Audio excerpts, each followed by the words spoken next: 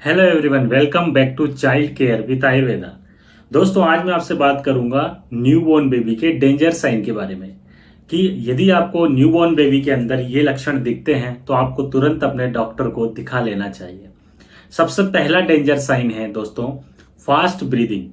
एक newborn baby जो भी पैदा हुआ है उसकी सांस की गति 40 से 60 पर मिनट होती है, लेकिन यदि बच्चा 60 बार से ज्यादा बार सांस ले रहा है, मतलब उसकी पसलियां तेजी से ऊपर नीचे हो रही हैं या उसकी छाती में गड्ढे पड़ रहे हैं, तो इसका मतलब आपको समझ जाना है कि बच्चे को सांस लेने में तकलीफ है और आपको तुरंत अपने डॉक्टर से संपर्क करना है।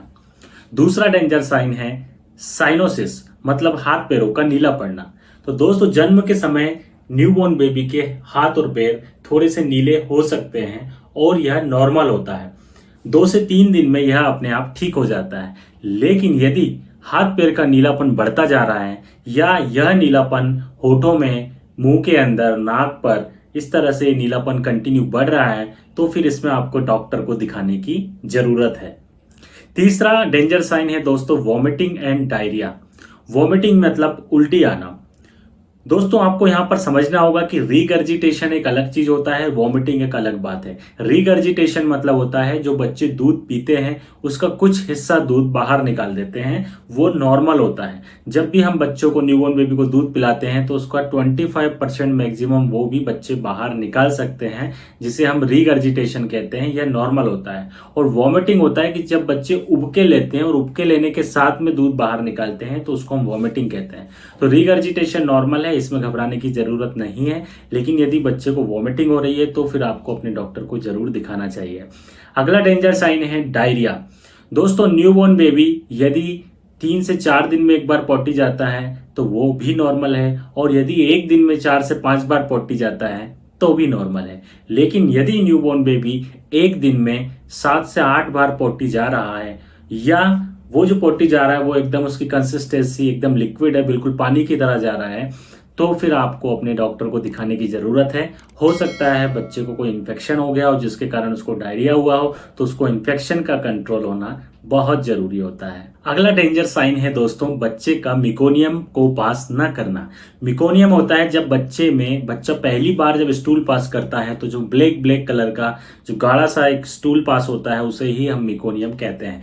तो यह मिकोनियम बच्चे जन्म के बाद बाहर निकालते हैं। कई बार ऐसा होता है कि डिलीवरी के समय ही, जन्म के समय बच्चा मिकोनियम पास कर देता है।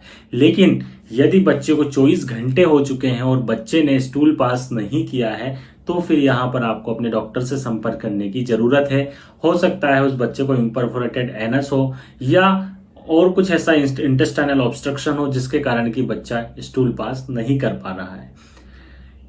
अगला डेंजर साइन है दोस्तों कि बच्चे का यूरिन न करना। यदि बच्चा जन्म के समय 48 घंटे के अंदर अंदर यूरिन पास नहीं करता है तो उस कंडीशन में भी हमें अपने डॉक्टर को दिखाना चाहिए। वैसे तो नॉर्मली बच्चे जन्म के समय ही पैदा कर देते हैं, या कुछ बच्चे 4 से 6 घंटे के अंदर यूरिन पास कर देते हैं। लेकिन यदि बच्चा 48 घंटे में भी नहीं कर रहा है तो वहां पर हो सकता है कि कुछ इंटरनल ऑब्स्ट्रक्शन हो या कुछ यूरिनरी प्रॉब्लम्स हो, तो उसके लिए आपको अपने डॉक्टर को जरूर दिखाना चाहिए। अगला डेंजर साइन है दोस्तों, पुअर मसल टोन। आपने देखा होगा कि जब बच्चे पैदा होते हैं तो हमेशा अपने हाथों और पैरों को ऐसे मोड़ कर रखते हैं, कभी भी ऐसे नहीं रखते, हमेशा ऐसा मोड़ कर रखते हैं। लेकिन यदि बच्चों की मसल टोन पुअर है तो वो बच्चे अपने हाथों और पैरों को ऐसे फैलाकर रखते हैं, तो ये चीज सही नहीं है। यदि मसल टोन पुअर है तो जो हाथ पैर होंगे वो एक्सटेंड की कंडीशन में होंगे। इसका मतलब यह है कि बच्चे को कुछ प्रॉब्लम है। उस कंडीशन में भी हमें अपने डॉक्टर से जरूर संपर्क करना चाहिए। अगला डेंजर साइन है दोस्तों, अनकंसोलेबल क्राई। मतलब यदि आपका बच्चा कंटिन्यूअसली रोया जा रहा है तो इसका मतलब यह है कि उस बच्चे को कुछ प्रॉब्लम है। कई बार रोना नॉर्मल भी होता है, कई बच्चे भूख के कारण रोते हैं, लेकिन फीडिंग आप जैसे ही कराएंगे उसके बाद बच्चा शांत हो जाएगा। कई बच्चे पेट दर्द के कारण रोते हैं, जिसे हम इन्फेंटाइल कॉलिक या इवनिंग कॉलिक कहते हैं। उसमें भी जब आप बच्चे को कुछ मेडिसिन देते हैं या बच्चे को गोदी में लेते हैं, उसको झूला झुलाते हैं तो बच्चा ठीक हो जाता है। लेकिन यदि इसके बाद भी बच्चा कंटिन्यूअसली रोया जा रहा है तो इसका मतलब यह है कि बच्चे को इंटरनल कुछ प्रॉब्लम है। आपको अपने बच्चे को जरूर दिखाना चाहिए। नेक्स्ट डेंजर साइन है दोस्तों, पुअर फीड इनटेक। इसका मतलब यह है कि यदि न्यूबॉर्न बेबी फीडिंग नहीं कर रहा है या जब आप उसको फीड करा रहे हैं तो वो निप्पल्स को छोड़ दे रहा है, तो ये भी एक डेंजर साइन है। इस कंडीशन में भी आपको अपने डॉक्टर को दिखाना चाहिए।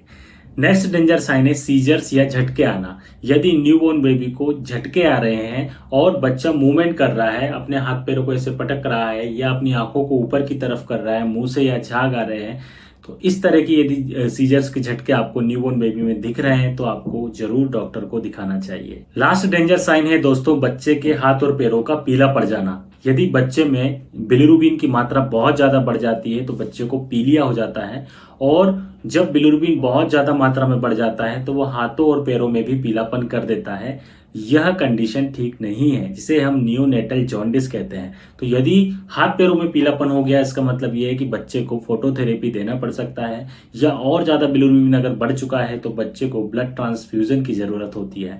तो यह भी एक डेंजर साइन है। अगर ऐसा होता है तो आपको अपने डॉक्टर को जरूर दिखाना चाहिए।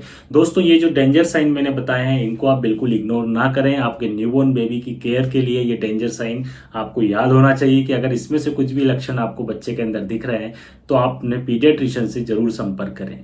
जय आयुर्वेद।